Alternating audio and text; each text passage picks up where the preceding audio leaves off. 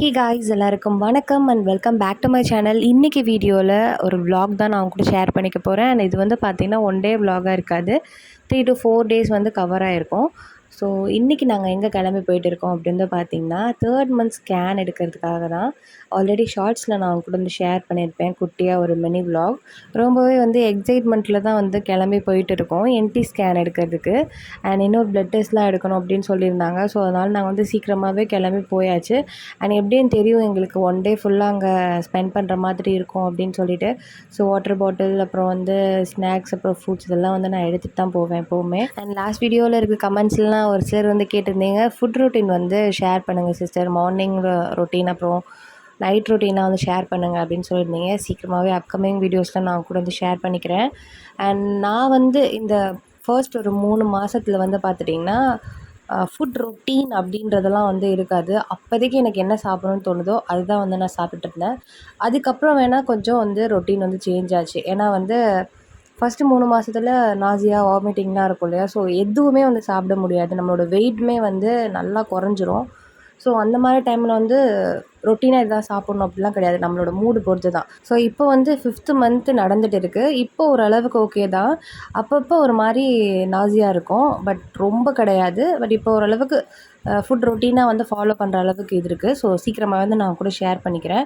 So அன்றைக்கி வந்து நாங்கள் மார்னிங் வந்து கிளம்பி போயிட்டு பிளட் டெஸ்ட், அப்புறம் வந்து என்டி ஸ்கேன் எடுக்கிறது எல்லாம் வந்து அந்த ப்ராசஸ் எல்லாம் முடிச்சுட்டு ரிப்போர்ட்காக நாங்கள் வெயிட் பண்ணிகிட்டு இருந்தோம்.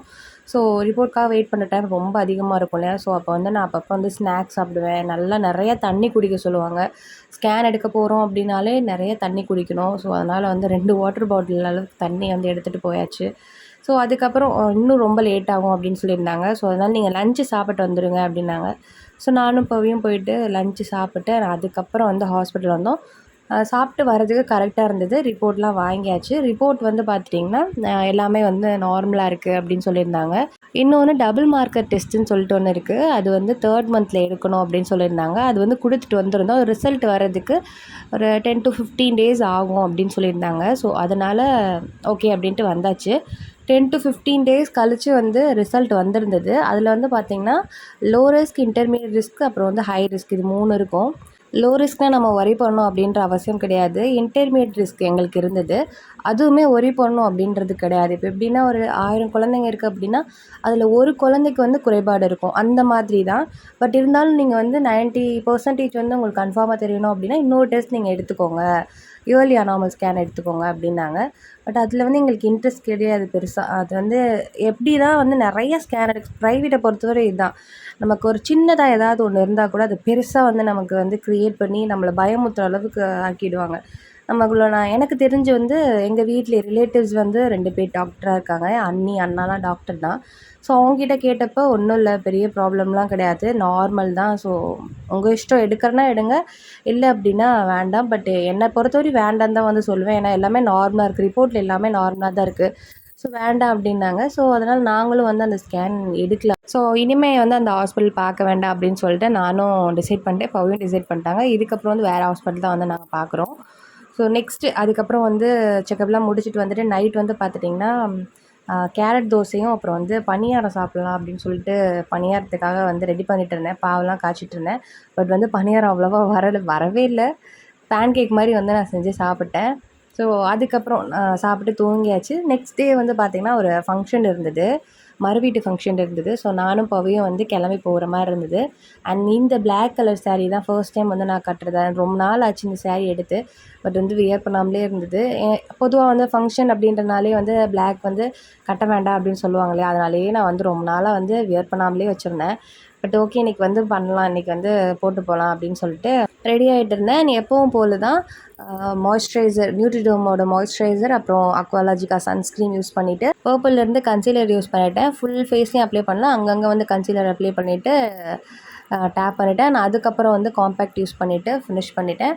அண்ட் அதுக்கப்புறம் ஐப்ரோஸ் ஃபில் பண்ணிவிட்டு காஜல், அப்புறம் லிப்ஸ்டிக் இந்த மாதிரி வந்து வியர் பண்ணிவிட்டு அவ்வளோதான், மேக்கப் வந்து முடிச்சாச்சு.